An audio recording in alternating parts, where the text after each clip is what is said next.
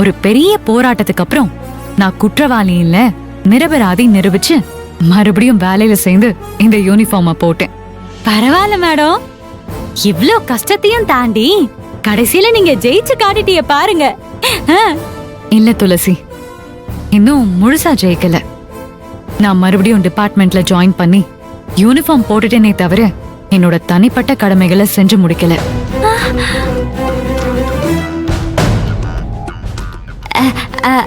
நீங்க என்ன சொல்லுதுன்னு புரியலையே. ஆமா, இந்த வீட்டுக்கு வந்ததுக்கு அப்புறம் என் அத்தைக்கு என்னாச்சுன்னா,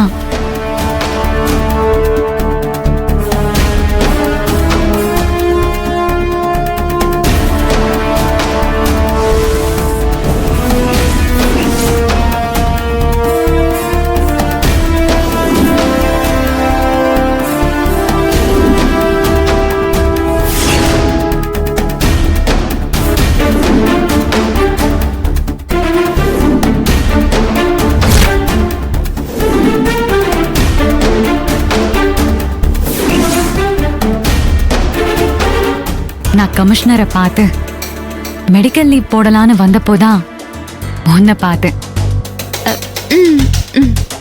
என்ன துளசி, என் கதையை கேட்டதும் அப்படியே ஷாக் ஆகி நிக்கிற? சாக்குனா சாக்கு.